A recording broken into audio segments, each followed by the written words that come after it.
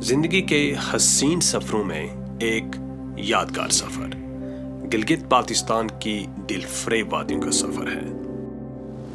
حسن اور رنگوں سے لبریز گلگت بلتستان نہ صرف پاکستان بلکہ دنیا کے خوبصورت ترین خطوں میں سے ایک ہے۔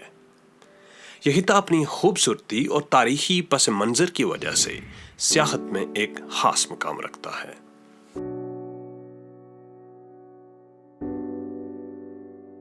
اس جنت ارضی میں بہتی ندیاں، اونچے پہاڑ، برفانی چوٹیاں، پتھریلے بنجر پہاڑی سلسلے اور گلیشیئر سمیت ہر طرح کے جغرافیائی نظارے دیکھنے کو ملتے ہیں۔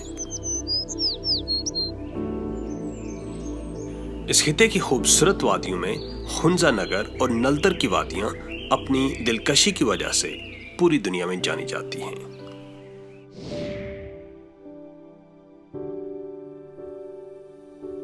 یہ اس علاقے کے لازوال حسن کا ہی جوہر ہے۔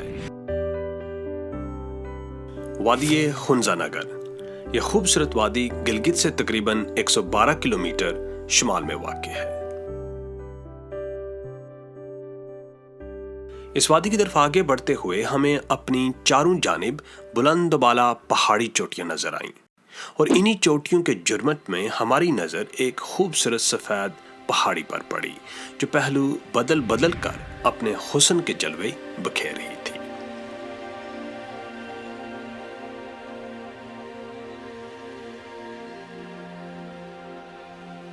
یہ اسی کے حسن کا سحر تھا کہ راستے کی تکلیف کی پرواہ کیے بغیر بے ساز و سماں ہم اس حسن کی دیوی کی طرف پیدل چل پڑے۔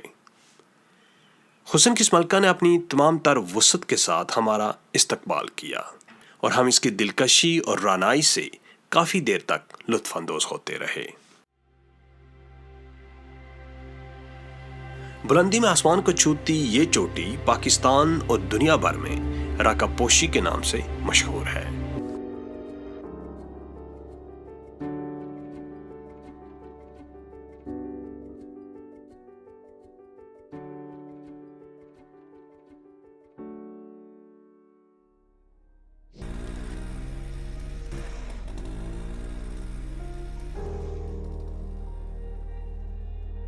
نگر اور ہنزہ شاہراہ قراقرم کے دونوں اطراف میں آباد ہیں۔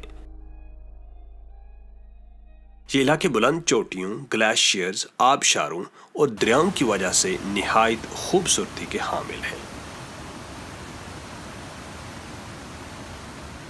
حسن اور رنگوں سے لبریز ان علاقوں کی دلکشی کو اپنے دامن میں سمیٹنے کے لیے ہر سال ہزاروں سیاح ان خوبصورت وادیوں کا رخ کرتے ہیں۔ ان دلفریب وادیوں کی سیر کی ایک اور وجہ بلند و بالا پہاڑوں کے دامن میں لپٹی ہوئی شاہراہ قراقرم کا خوبصورت نظارہ بھی ہے۔ دیو قامت پہاڑوں کے سینوں میں شگاف ڈال کر بنائی جانے والی یہ شاہراہ صرف ایک طویل سڑک ہی نہیں بلکہ صدیوں پرانی تہذیب اور ثقافت کی علمبردار بھی ہے۔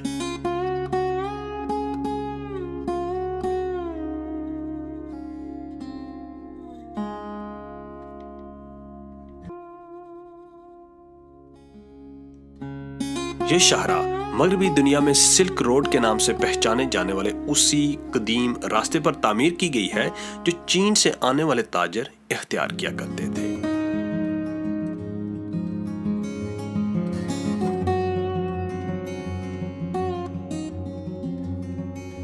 یوں تو شاہراہ قراقرم کا ہر نظارہ ایک دلفریب منظر پیش کرتا ہے، لیکن خنزہ نگر میں اس شاہراہ کا حسن اپنے پورے جوبن پر ہوتا ہے۔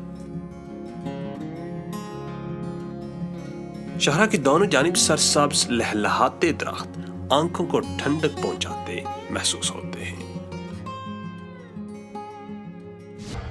وادی خنزہ میں طرز زندگی سادہ ہے۔ یہاں کی 90% سے زائد آبادی پڑھی لکھی ہے، اور یہ لوگ نہایت خوبصورت، مہذب، امن پسند اور مہمان نواز ہیں۔ کیا کر رہے ہو آپ؟ یہ ہم خوبانی پلاسٹک میں ڈال رہے ہیں۔ اچھا، خوبانی پلاسٹک میں ڈال رہے ہو، تو یہ خوبانی کہاں سے آئی ہے؟ درخت۔ کون سے درخت؟ یہ والا درخت۔ تو ادھر بہت زیادہ درخت ہیں خوبانی کے۔ اچھا، تو آپ اسکول نہیں جاتی ہو؟